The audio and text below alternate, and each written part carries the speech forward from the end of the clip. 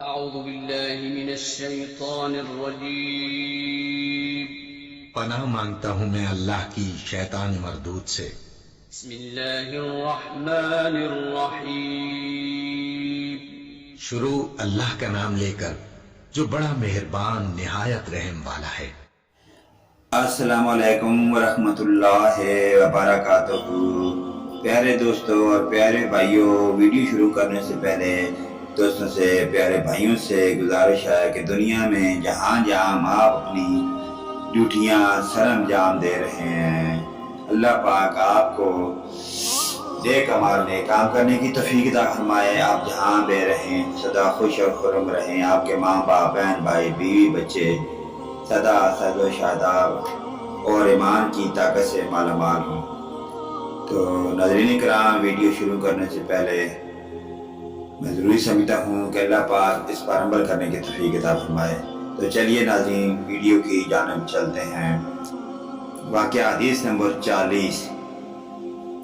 موضوع ہے حضرت اسید رضی اللہ تعالیٰ عنہ کا گھوڑا فرشتوں کو دیکھ کر بدکنے لگا.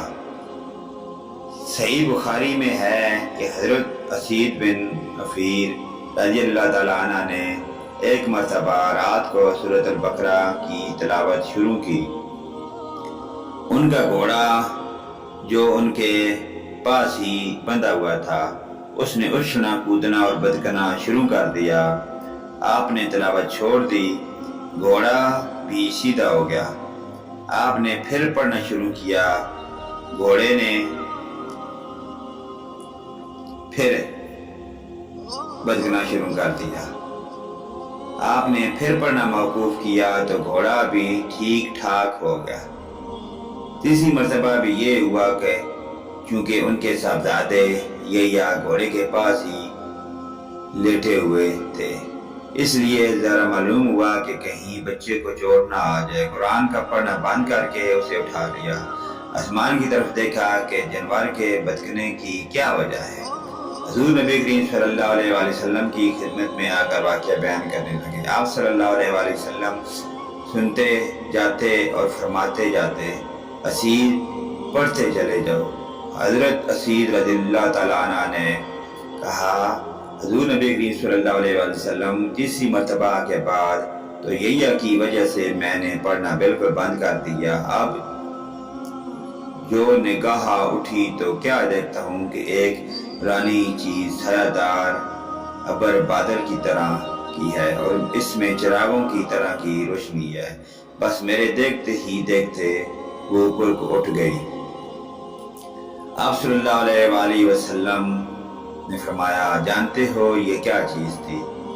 یہ فرشتے تھے جو تمہاری آواز کو سن کر قریب آ گئے تھے. اگر تم پڑھنا موقوف نہ کرتے تو صبح تک یوں ہی رہتے اور ہر شخص انہیں دیکھ لیتا، کسی سے نہ چھپتے.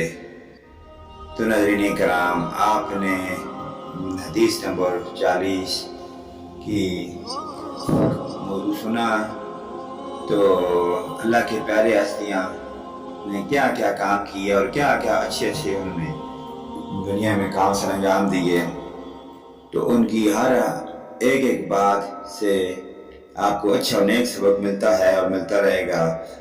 تو اللہ پاک ہمیں آخرت کی فکر کرنے کی توفیق عطا فرمائے. نیکسٹ ویڈیو لے کر آپ کی خدمت میں ہم دوبارہ حاضر ہوں گے. ناظرین کرام، یہ حدیث نمبر 40 صحیح بخاری سے لی گئی ہے. صحیح اسلامی واقعات صفحہ نمبر 101 تا 102. تو اللہ پاک ہمیں آخرت کی فکر کرنے کی توفیق عطا فرمائے. نیکسٹ ویڈیو لے کر آپ کی خدمت میں ہم دوبارہ حاضر ہوں گے. آمین ثم آمین یا رب العالمین. وآخرنا دعوانا ان الحمدللہ رب العالمین.